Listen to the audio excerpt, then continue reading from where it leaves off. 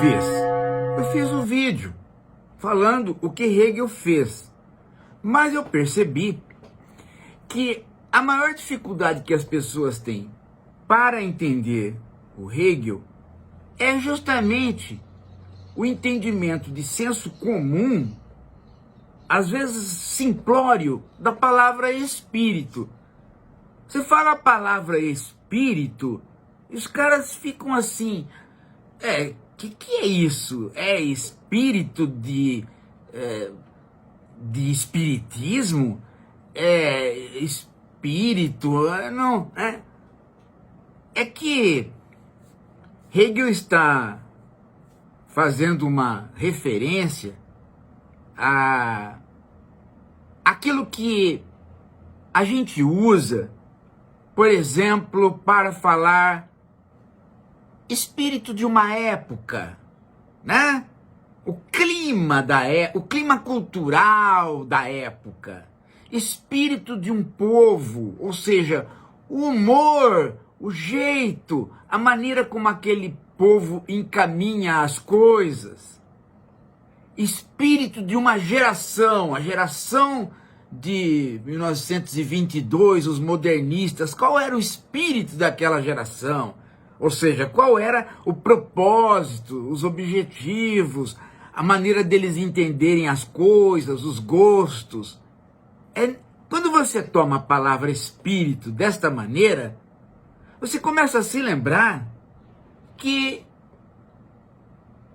o Hegel está falando exatamente de alguma coisa como uma conformação que tem como centro uma espécie de grande consciência ou de grande razão, e por conta de ser um espírito que toma a frente das coisas, que realiza, ele é também uma espécie de sujeito, tanto no sentido de substrato de tudo, base, como no sentido de aquele que faz a ação. O espírito é exatamente tudo isso em Hegel. Qual é o contraponto, de espírito? A natureza. A natureza não tem a consciência que o espírito vai adquirindo à medida que ele se desdobra.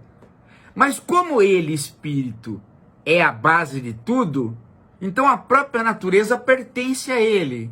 Ele é base, substrato e consciência que vai se ampliando conforme a história dele, que é a história da humanidade e a história do mundo, se realiza. Agora, se ele é um espírito e ele se realiza, qual é a linha de realização?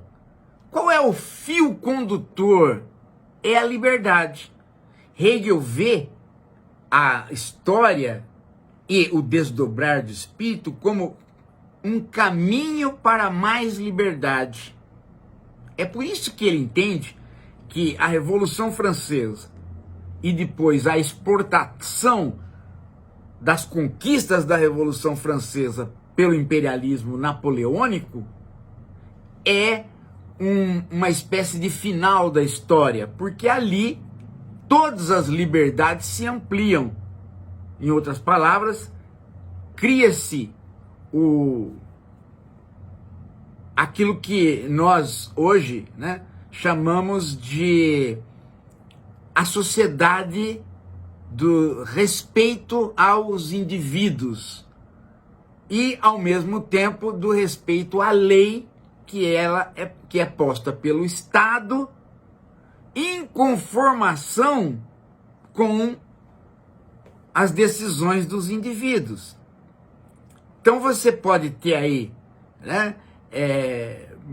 uma série de regimes políticos, mas para o Hegel o importante era que você tirasse os privilégios que impediam do homem buscar sua realização. E esses privilégios estavam presos na Revolução Francesa ao clero e à nobreza. Quando você tira isso, para o Hegel, você adentra uma condição de maior liberdade. É claro que os críticos à esquerda do Hegel vão dizer que essa liberdade ainda não é uma liberdade, porque faltaria, né, uma série de questões pertinentes às igualdades para que a liberdade se realizasse. Mas aí nós já estamos numa crítica do Marx ao Hegel e todo um outro desdobramento. Ficou mais fácil? Agora? Tá ficando? É isso. Então, daqui a pouco a gente volta.